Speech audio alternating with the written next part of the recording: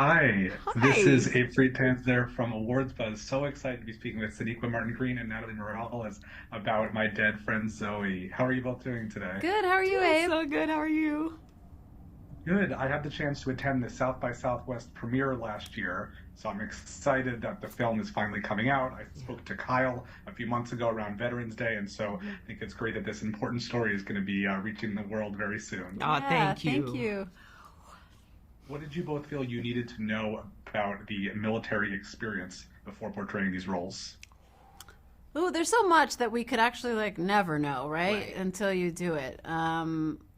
But that's the role of being an actor, I guess, is that they like you're taking on these the lives of people who are very different than you and have very different experiences than you. So you do your best, the best you can to emulate what it would be like. But the most important thing I think is to remember that veterans and people in the army are just people, and that's Yeah. the most that's like the thing that should be at the forefront, right? Everything else is just things that have happened to them and Yeah. situations that they've been in.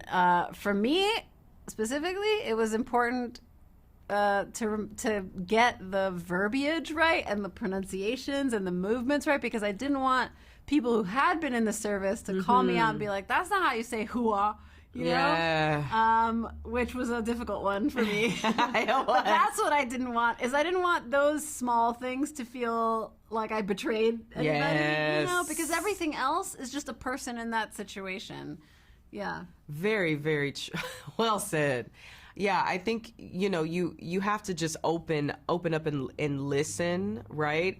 Because we have the depictions that we've seen, and there's certainly a dearth of female soldiers and veterans depicted in TV and film.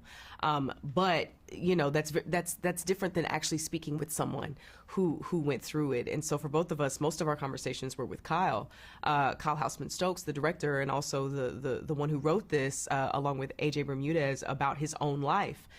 So we had to listen to him. What really happened? What was it really like? And we had to watch. There were lots of veterans that were in the film with us, and they were so courageous and gentle and forthcoming about their experiences. So it was about listening to them too. And frankly, that's something that I took away from the whole film Yeah. was how to be a better listener for these veterans who are just real people and shouldn't be deified, because that separates them and isolates them. But also everybody who's carrying this kind of pain, whether they've served or not. There are war films and war films about women that were Yeah. positive inspirations that you looked towards. Not many. I can't think of any. I I've know. seen a couple. One of them is French. Not Yes. many. Not We many watched. American ones. I mean, I feel like there's a few. There's a few comedic ones. There's a few. There was G.I. Jane. There's GI Jane, right? That's the one I think everybody thinks of. Yeah. But not. I don't know that I've seen any about this or like this. So we were very proud to be a part of it. Yeah.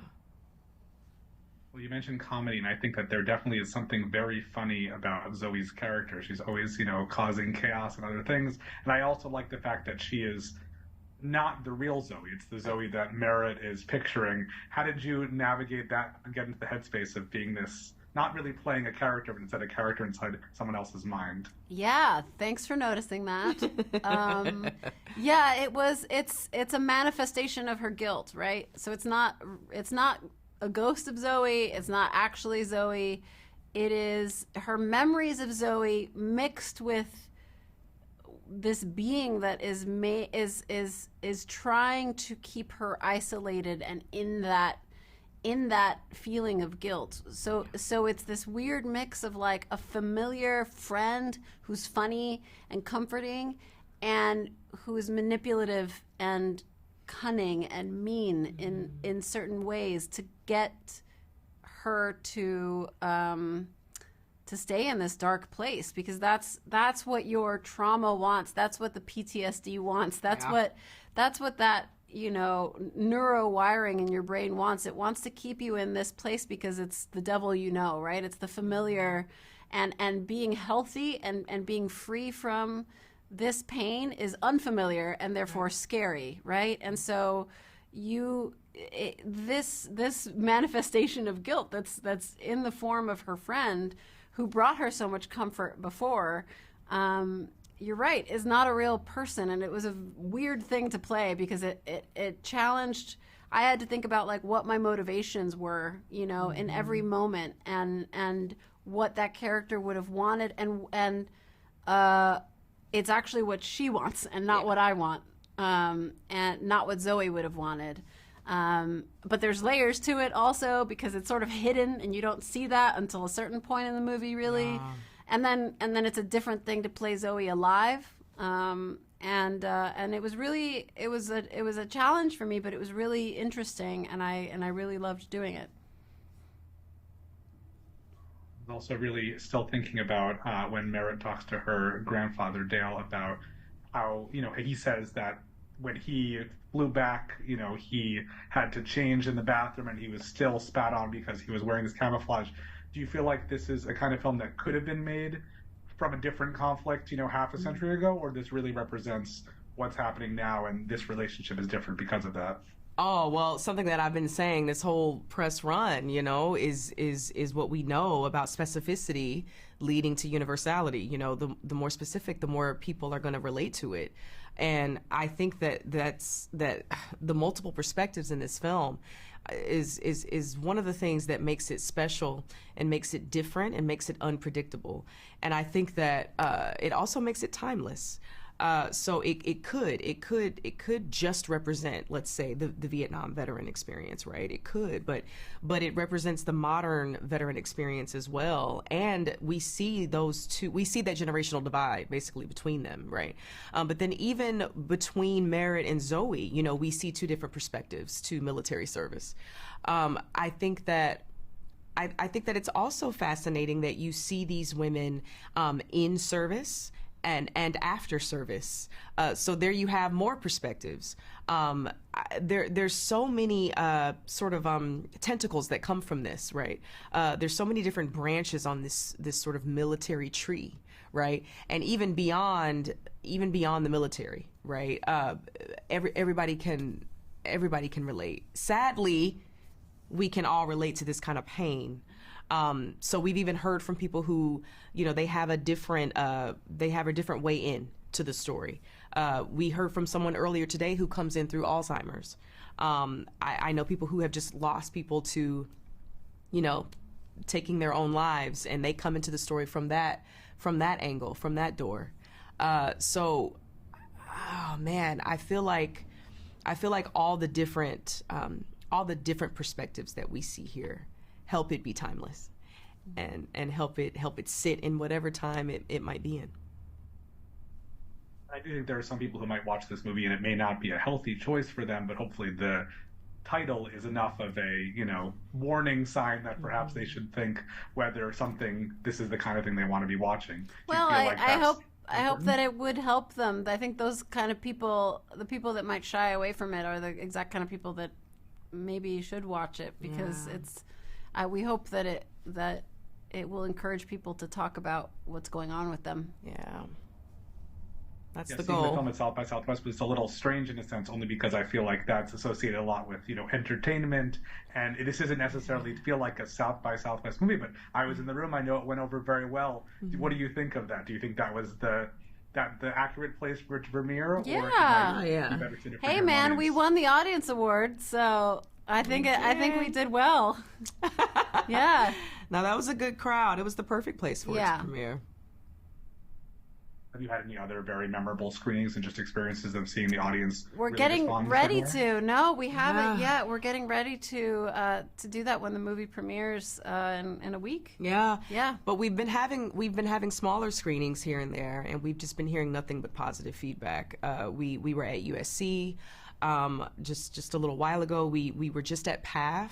The Pan African Film Festival, which was such a splendid experience, and it seems like everybody is really finding themselves in it, and it almost makes me want to cry. But everybody is finding themselves in it, whether they have a family member who served, whether they served themselves, you know, there are so many different experiences that people are bringing to the film, and then so many things that they're taking from it because of their experiences. So yeah, we look forward to what we have coming up on Monday.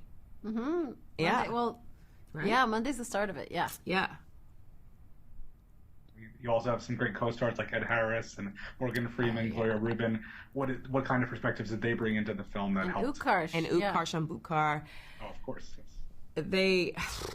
You have a couple of living legends, right? And I'm gonna say 3 because we'll throw Gloria in there too. I've loved her all my life, but I think that this is an extraordinary cast who we all knew what we were signing on for. We all knew how important it was to do this film, and we were all so moved by Kyle. And I just think that, this woman is so brilliant, and she's brilliant in obvious ways, but she's brilliant in sort of like subtler ways. If you just watch her, if you just look at her command of each and every moment, you'll see, which is the hardest thing to do. To do things under the surface, to do things subtly and subtextually. But I think Utkarsh also, he just has such a joie de vivre that he brings. And, Ed and Morgan, like, come on, they should consider having a career in this because they're so good at it. I think they have lots of potential, the two of them. And Gloria as well. Everybody. I think everybody brought a lot of love into it. Did. And it made it feel very special. I will say I talked to Utkarsh last year for Ghosts shortly after I saw the film and noticed that this seems to be a thing he does. He's in projects where he can't see the people who aren't alive. Yes. Even though Ghosts, I would say, is quite a bit different tonally from this one. Yeah. Well, I know you've also both spent a lot of your careers on TV. How do you think these worlds are similar, independent film and the festival circuit and, these popular network and cable TV shows? They have similarities and differences. I think budgets have a lot to do with how you experience both making a thing and putting a thing out. But I think it's it kind of just depends on who's behind it, and we're really lucky that there are people putting themselves behind this movie that isn't put out by a major studio, and we're hoping that people get the chance to see it. So the experience definitely varies depending on how big the outreach is and how big the budget is of whoever the studio is putting it out. But I think the heart is all still there, and the enthusiasm for the movie doesn't change, Yeah, I agree. Well, and this is also premiering right before the Oscars, even though it's not anything to do with this year's Oscars. I'm curious, is there anything film-wise that you've seen recently that is really sticking with you as particularly memorable and good quality? Oh, that's a good question. You know what I saw? I saw 2 movies this week that I had not seen that are not new movies. I saw The Apartment, which I had not seen, Billy Wilder, and it was great. I loved it. And I saw Moonstruck, which I also haven't seen, which Cher was nominated or won an Oscar for, which is a wild movie, very unexpected. I really, as somebody who loves movies, I love old movies also. I'm a big fan of Buster Keaton, and I watch a lot of black and white movies, but I hadn't seen those 2. And it was really nice to go revisit some stuff. And the Apartment in particular, I don't know if you've seen it. I haven't. It's really interesting and kind of, it feels before its time and very of its time, but it feels really bold. And I love watching movies and TV shows that were made a long time ago and feel really like they're talking about things that are happening today. Yes. It reminds you that time is really cyclical, and that we've always been feeling this way and doing these things. And so, I don't know, to bring it back to this movie, I hope, like she was saying, that it makes it a bit evergreen in that way. Yeah, I just recently saw Blink Twice, and Zoe Kravitz is a dear friend of mine. We did a film together years and years and years ago when we were still babies, I was so impressed with my friend, especially I've with heard it a lot of being great things about that. yeah, especially with it being her debut, and her first feature. Her directorial debut in features, at least. I was blown away at what she was able to accomplish, and everyone obviously, which also makes me think about Kyle, because this film is his feature debut, and he very much it's so funny, your question earlier about TV.